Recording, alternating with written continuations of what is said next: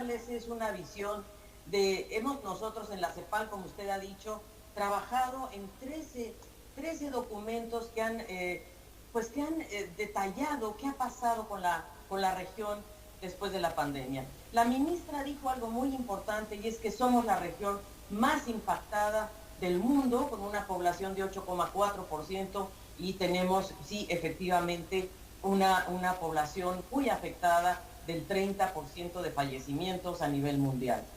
Quiero transmitirles los principales mensajes. Y los principales mensajes son los siguientes. Primero, estamos viviendo un momento de profunda asimetría. Y esto creo que ustedes, los parlamentarios, deben mirar este problema porque estamos ante un mundo que se divide cada vez más y que se profundizan las disparidades entre los países desarrollados y en vías de desarrollo.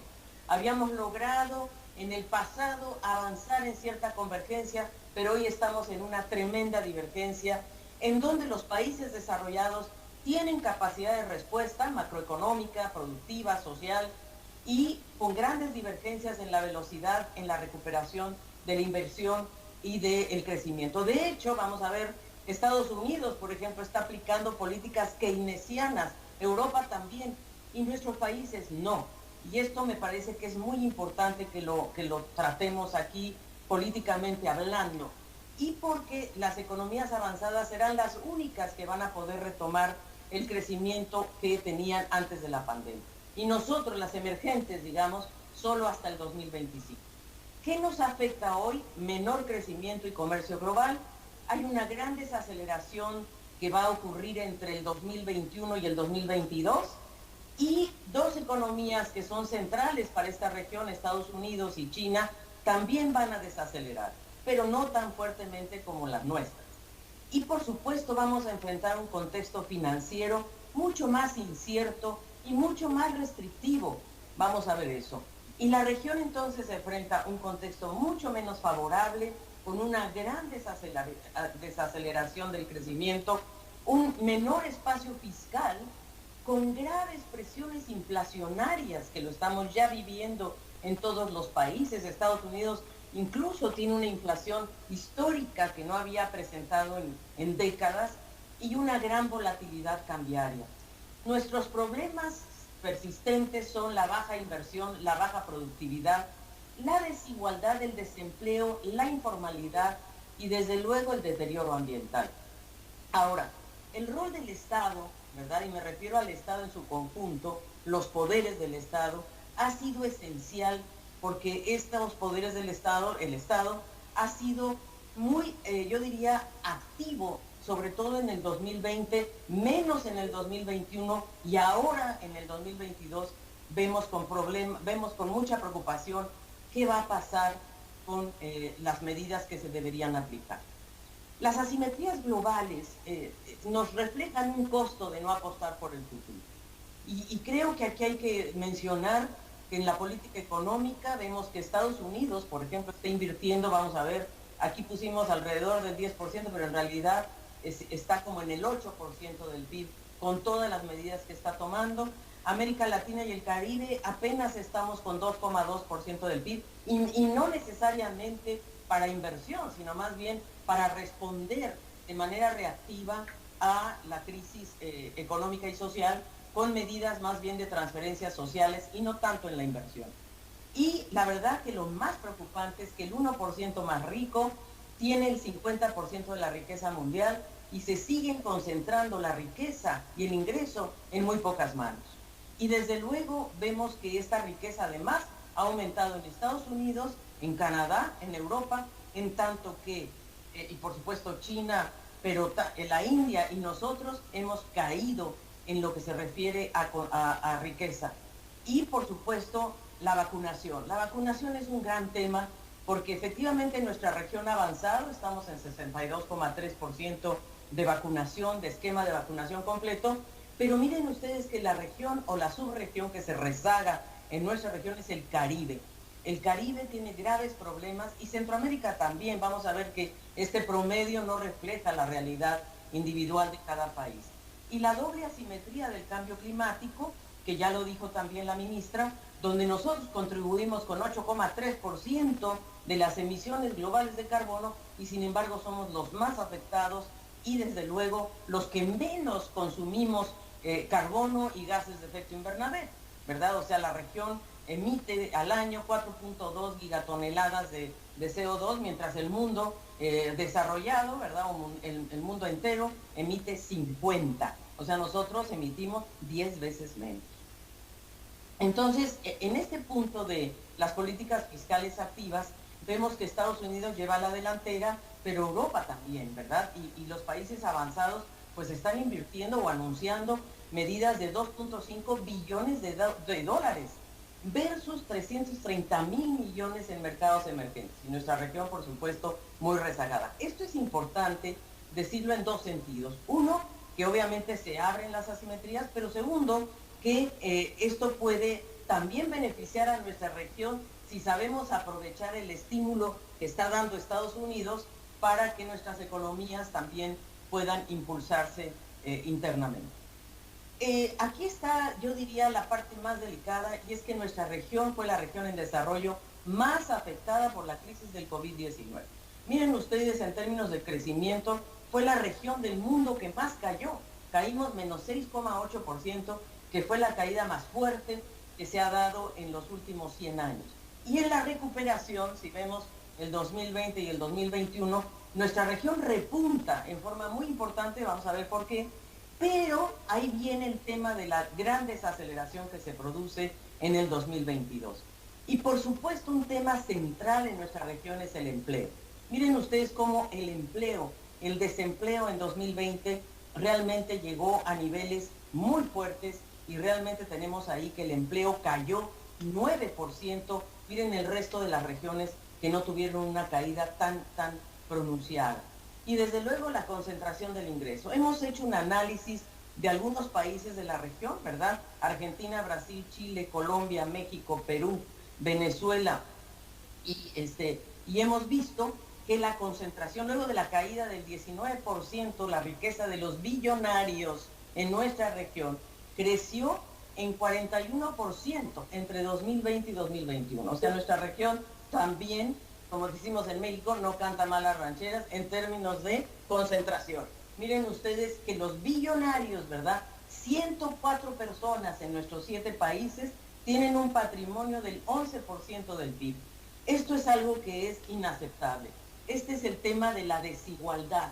Y la desigualdad no solamente mirando la pobreza, sino mirando la riqueza. Y para ello tenemos que pensarlo juntos.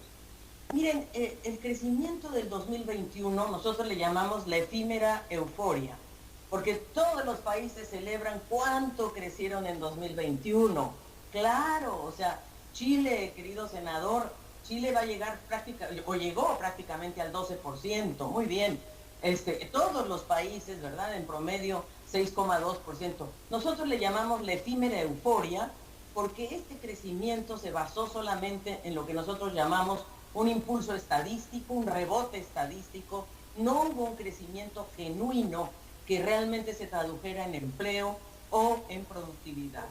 Y aquí están las cifras, no me voy a detener en ellas, pero aquí pueden ver ustedes Perú, pueden ver Chile.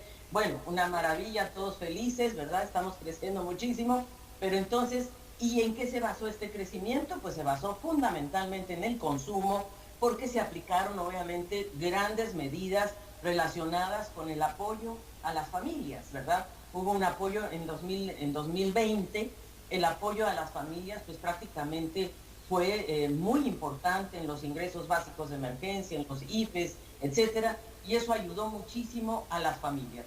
Pero en 2021 se empieza a desarticular estas transferencias sociales, excepto en México, porque en México no hubo una respuesta frente a la pandemia.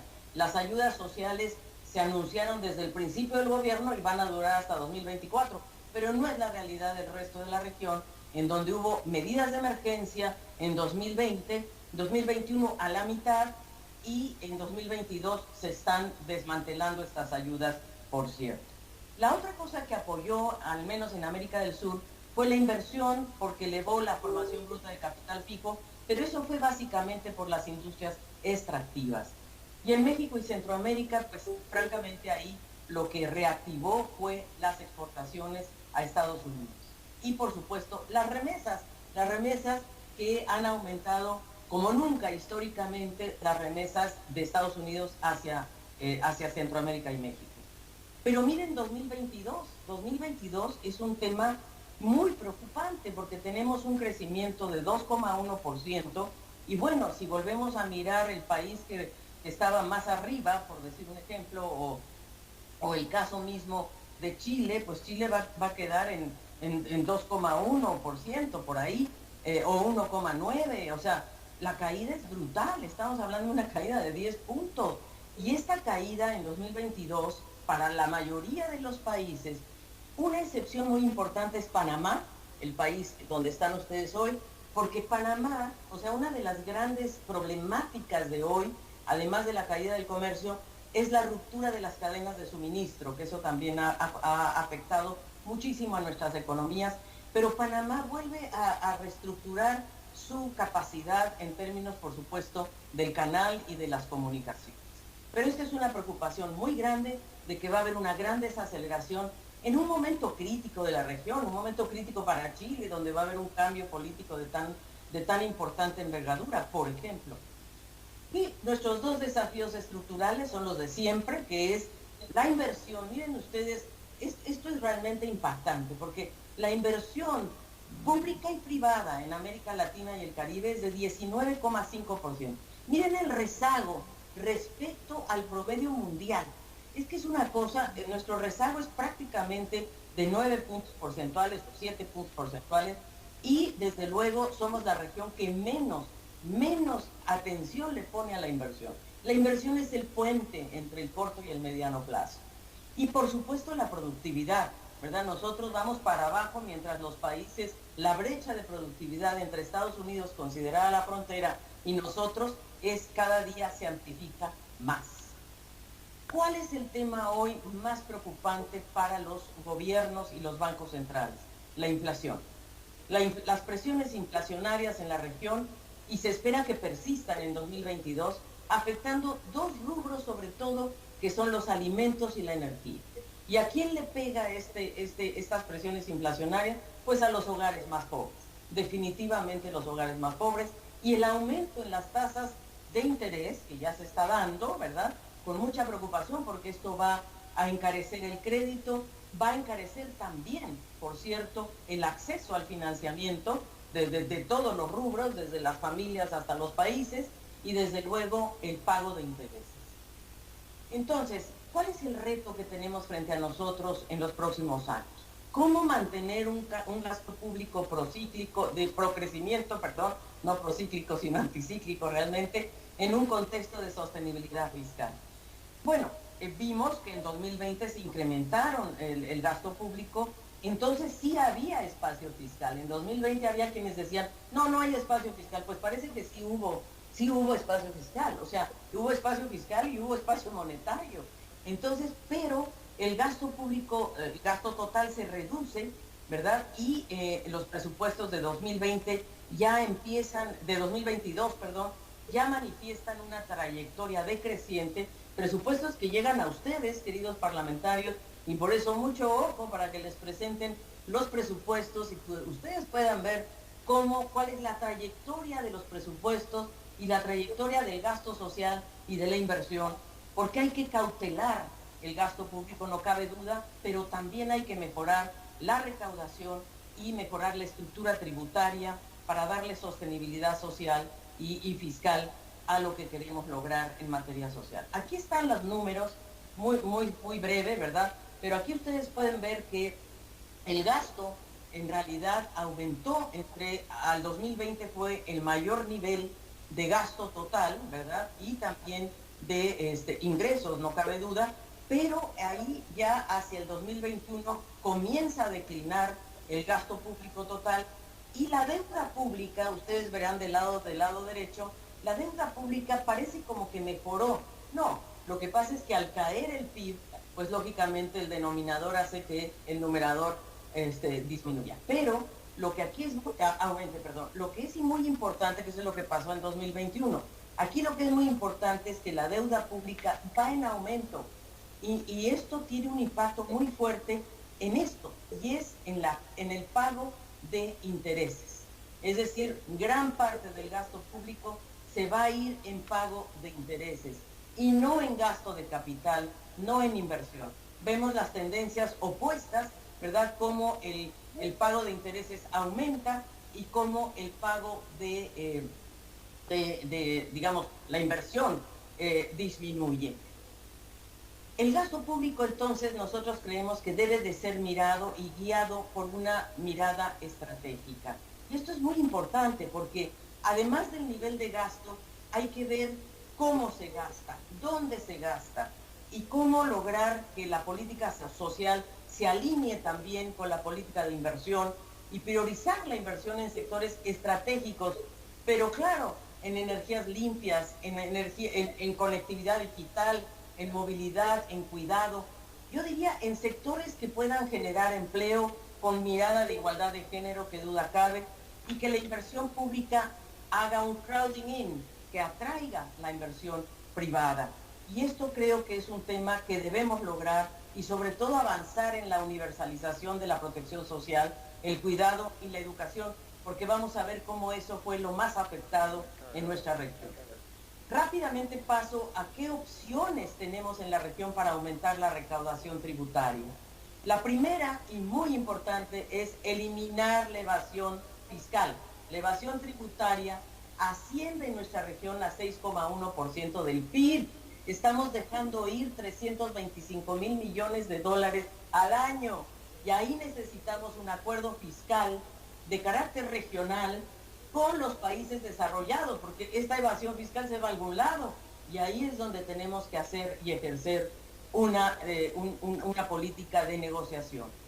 Evaluar los gastos tributarios. Los gastos tributarios es la renuncia fiscal, es lo que el gobierno deja de percibir por dar privilegios. Y esto también es un tema muy importante que asciende a 3,7% del PIB. Hay que ir hacia el impuesto a la renta de personas físicas y corporaciones, extender el alcance de los impuestos al patrimonio y la propiedad y a la economía digital y medioambiental. Y revisar las regalías por la explotación de recursos renovables. Nosotros hemos hecho un estudio de las regalías que obtienen los países por la extracción minera y hemos visto que hay países con la misma empresa transnacional, con el mismo recurso, ¿verdad?, que reciben más regalías que otras. ¿Por qué? ¿Por qué está sucediendo esto? Uno de los países más eficaces en materia de regalías es Perú. Y Perú entonces como threshold lo hemos comparado con Chile, lo hemos comparado con Bolivia, con otros países que tienen extracción, por ejemplo, de plata o de cobre o de oro. Y vemos también la comparación de cuál es la política fiscal de los países de la OCDE y vemos que ellos tributan en términos de renta casi el doble que nosotros, en propiedad también, y en todo lo demás, excepto en el impuesto al valor agregado. Ahí nosotros les ganamos, ¿verdad? Que esa es la más regresiva de todas. Y después, por supuesto, los gastos tributarios. Hemos hecho un análisis de los gastos tributarios que cada país otorga, ¿verdad?, a estos son los mecanismos de gasto indirecto en realidad y equivalen realmente a un 3,7% del PIB en promedio. El otro tema que es muy importante es el tema de la biodiversidad. Nosotros hablamos mucho del cambio climático, pero la biodiversidad es nuestra riqueza en la región. Nuestro patrimonio mundial, regional y nacional está amenazado. Nuestros océanos, los ecosistemas terrestres, la vida marina, la vida terrestre, no estamos avanzando y hay muchas amenazas que está viviendo nuestra región en cambios de uso del suelo, en sobreexplotación de especies, en cambio sobrepesca, por ejemplo, en cambio climático y en contaminación. Entonces, nosotros estamos haciendo una evaluación de las pérdidas de los ecosistemas terrestres y ustedes pueden ver que hemos perdido 138 millones de hectáreas de bosques en los últimos 30 años. El cambio del uso del suelo está amenazando el 50% de las especies vertebradas y hay bosques que siguen en peligro. Entonces, creo que aquí hay que mirar con mucho cuidado. Nosotros podemos compartir los datos, país por país para que ustedes lo tengan. Efectos de la pandemia, miren, el sector ambiental fue el que más perdió. Fue al que no se le invirtió nada y por el contrario disminuyó el gasto en medio ambiente de 0,4, que ya no era nada, a 0,2% del PIB, ¿verdad? Y entonces bajaron los presupuestos ambientales, aumentó la ilegalidad y por lo tanto hay un problema de que las economías más grandes están diciendo que hay que cuidar la biodiversidad, que hay que cuidar la Amazonía y no sé cuánto, pero hay poco traslado de recursos. ¿Qué oportunidades vemos nosotros? Bueno, el acuerdo de Escazú, que duda cabe, ¿verdad?, que va a entrar en vigor, que ya entró en vigor, y la primera conferencia de las partes será el 22 de abril en Chile, y va a ser fantástico porque ahí vamos a tener la primera reunión de Escazú, del acuerdo de Escazú. Pero por supuesto las posiciones comunes para avanzar en conjunto, la transición agroecológica, la transición energética. Estamos ante un problema de estrés hídrico en la región, que, bueno, Chile lo sabe, el senador, aquí no llueve y tenemos un problema de estrés hídrico gravísimo y creo que ahí hay que robustecer las capacidades institucionales y atender las múltiples crisis que estamos enfrentando. Requerimos una nueva arquitectura financiera internacional. Esto, queridos legisladores, es fundamental. Es fundamental que ustedes, como legislativo, nos ayuden a los que creemos en esto, y es que se requiere una nueva arquitectura financiera internacional que amplíe y redistribuya la liquidez. Hay mucha liquidez en los países desarrollados, pero queremos que llegue a los nuestros, y para ello sí, los derechos especiales de giro han sido una magnífica iniciativa, pero es insuficiente. Necesitamos más y necesitamos que se fortalezca la banca de desarrollo y que la banca de desarrollo, sobre todo la regional, el Banco Centroamericano, la CAF, el BID, realmente se pongan a disposición de las necesidades de nuestros países. Y por supuesto una reforma de la arquitectura de la deuda internacional. No podemos seguir con esta situación en donde, por ejemplo, la suspensión de los servicios de la deuda no llega a nuestros países porque son considerados de ingreso medio. Ahí tenemos que volver a negociar claramente con el G20 para ver cómo nos dan un tratamiento más adecuado a los países de ingreso medio. Y por supuesto los sobrecargos que cobra el FMI a economías como Argentina, como Ecuador, como Barbados, es realmente impresionante. Y las agencias calificadoras de riesgo, que no pueden seguir siendo solo las tres grandes agencias privadas con intereses detrás, que se requiere agencias calificadoras de carácter multilateral. E instrumentos innovadores, como por ejemplo cláusulas contingentes. Si hay un huracán, si hay un desastre, si hay un terremoto, pues no necesariamente esas economías pueden pagar el servicio de la deuda. Y desde luego creo que debemos ocupar enfoques estratégicos para manejo de la deuda. Y desde luego realinear políticas públicas para aumentar la inversión transformadora y tener un mayor abanico de financiamiento. Esto va a requerir, por ejemplo, sí, retirar algunos subsidios a la energía, no qué duda cabe, que se use este tema de la evasión fiscal para inversiones que estén más ligadas a una recuperación transformadora. Ahora, en el tema social, y querido senador, no me voy a extender mucho, pero sé que es mucha información, lo entiendo, pero yo quiero decirles que la emergencia sanitaria ha generado una crisis social que va a ser muy prolongada. No es cierto que cuando se acabe la pandemia vamos a salir al día siguiente, no. Estamos ante un deterioro muy profundo en el bienestar y la salud de las personas. No es coyuntural, es verdadero, ha profundizado los temas más, yo diría que nos duelen más, las desigualdades y por supuesto ha puesto de manifiesto la falta de universalidad en el tema de salud. La pandemia además afectó más a las mujeres que a nadie más. Las mujeres, se ocasionó una salida contundente de las mujeres del mercado laboral por la sobrecarga de los cuidados, vamos a ser bien francos, ¿no? Y aumentó la pobreza por sexto año consecutivo y la desigualdad. Y hubo una crisis silenciosa de la educación. Todos nos fijamos mucho en la crisis sanitaria, pero la crisis de la educación ha sido gravísima. 3.1 millones de estudiantes están en riesgo de no volver a las escuelas. y este es un imperativo. Y la recuperación además ha sido muy insuficiente. En el 2021 no se ha podido, por supuesto, recuperar todo el problema que enfrenta la región. Y desde luego la vacunación. La vacunación es un gran tema y creo que la ministra lo planteó claramente. Nosotros presentamos ante la CELAC el plan de autosuficiencia sanitaria y este plan que fue aprobado por unanimidad lo que llama es a tres cosas: a que nosotros en la región podamos producir vacunas, eso, número uno, y no solo vacunas para el COVID, que recuperemos las capacidades que sí tenía esta región y sobre todo algunos países específicos, que podamos coordinar las entidades regulatorias y ver si podemos crear una agencia regulatoria tipo Europa con base en las 6 agencias regulatorias que ya tenemos en la región de nivel 4. Y tercero, compras conjuntas de vacunas. Esta pandemia no ha terminado.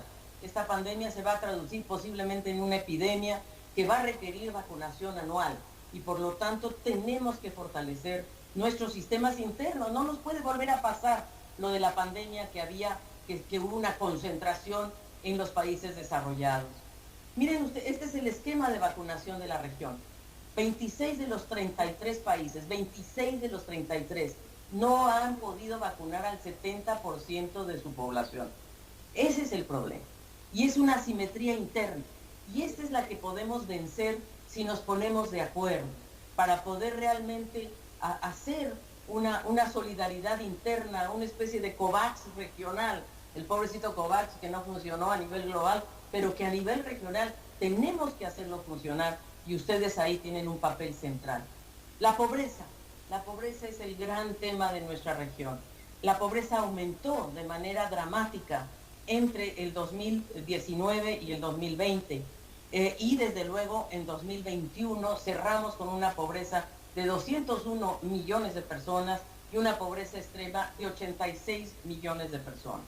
Una pobreza que en realidad aumenta por 6º año consecutivo y nos retrocede 27 años en pobreza extrema. Esto es imposible. Y por supuesto se acentuó la desigualdad en las mujeres. Aquí lo vemos claramente, como vemos que el 30% de los empleos en general no se recuperó en 2021 a pesar de este gran crecimiento de 6,2%, y en 2021 más del 38% de los trabajos ocupados por mujeres se destruyeron, mientras que solo el 21%, bueno, también los hombres han padecido, ¿no? 21%, pero la brecha es enorme. Y desde luego en 2022 nosotros vemos que la desocupación femenina va a ser de 12,4, la masculina de 10,2 y un promedio de 11,1. Este es el problema de nuestra región, el desempleo. Y la protección social, que ha sido fundamental para contener la pandemia. Miren ustedes, en 2021 nuestros gobiernos transfirieron alrededor de 45,000 millones de dólares. Pero esto ya está bajando. 45,000 millones es la mitad de lo que invirtieron en 2020. Entonces, si no se mantienen estas transferencias, la pobreza va a aumentar. Nosotros hemos hecho cálculos muy concretos de que la pobreza con transferencias podría reducirse al 32,1% o quedarse en ese nivel, pero si no hay transferencias puede aumentar al 33,4%. No hay una recuperación tan clara en materia social. Y la desigualdad, qué duda cabe, en 2002 nosotros habíamos logrado disminuir la desigualdad en la región. Bueno, pues nos fuimos para atrás, habíamos caído entre 2002 y 2014, la desigualdad se reducía, ¿verdad? Un poco menos entre 2014 y 2019, pero ahora la desigualdad aumentó 0,7%. Y ese es el tema. Y la desigualdad no solo se asocia a pobreza, como decíamos, sino a riqueza.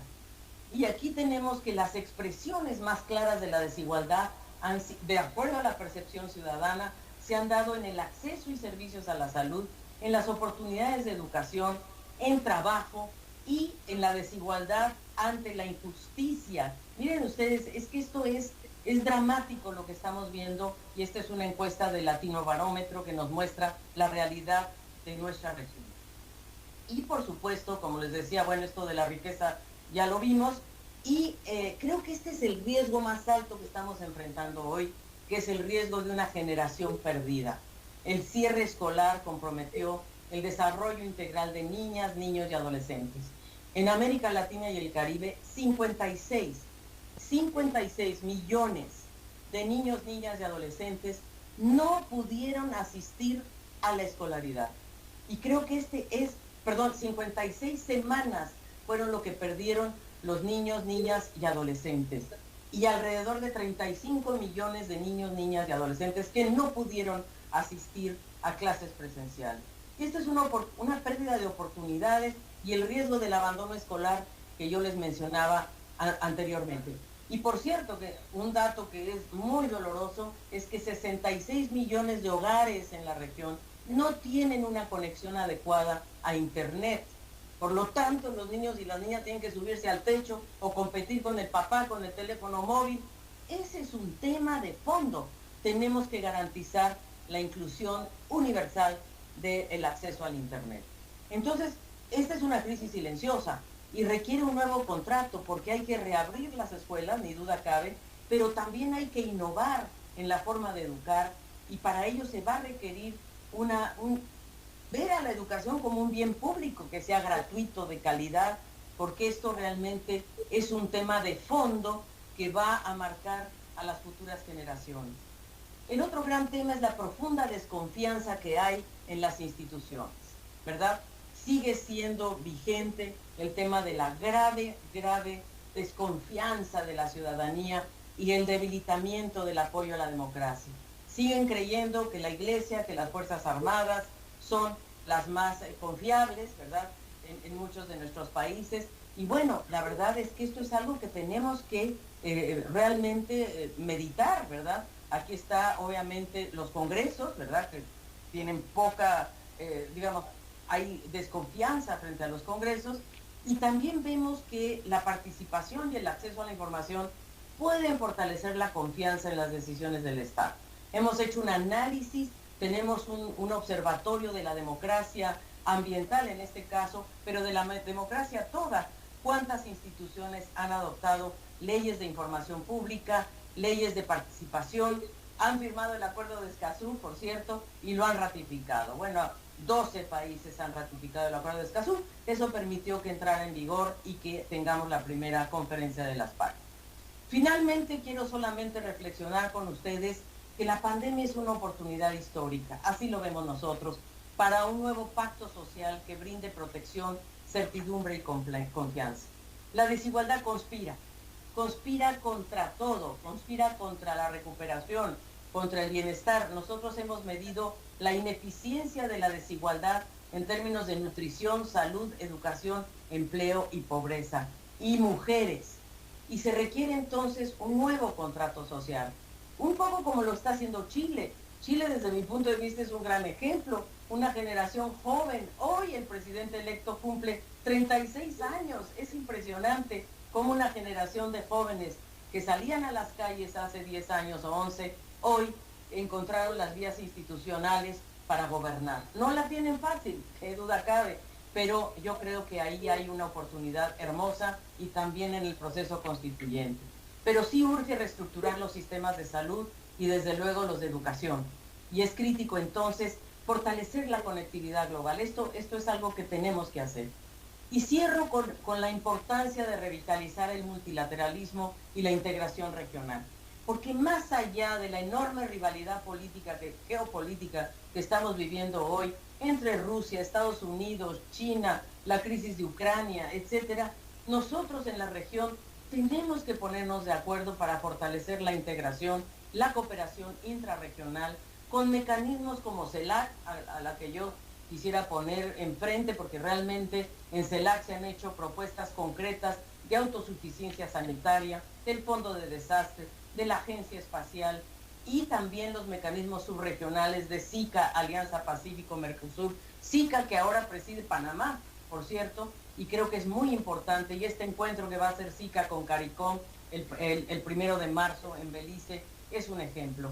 Y el comercio intrarregional, miren, el comercio intrarregional nunca ha subido del 21%, es decir, nuestra región no nos vendemos ni nos compramos cosas entre nosotros. En 2020 representó el 12%, el más bajo desde mediados de la década de los 80. Es decir, tenemos que confiar en nosotros y comprarnos, porque en Europa es más del 68%, en Asia es más del 50% de lo que se compran entre sí o se venden, y nosotros no lo hacemos. Y por cierto, recuperar la integración, creo que con una mirada pragmática, más allá de las diferencias que puede haber entre países, digamos, a nivel bilateral, necesitamos una apuesta y una propuesta de carácter regional que nos lleve hacia un mejor, yo diría, inserción internacional. Querido senador, esto es lo que yo quería compartir con ustedes el día de hoy. Espero que no haya sido demasiado largo. Lamento que sí lo es. Y también quiero agradecerle, querido senador, el reconocimiento que dio ayer por la biblioteca que nosotros apoyamos. Y aquí está Wouter, que fue uno de los más importantes.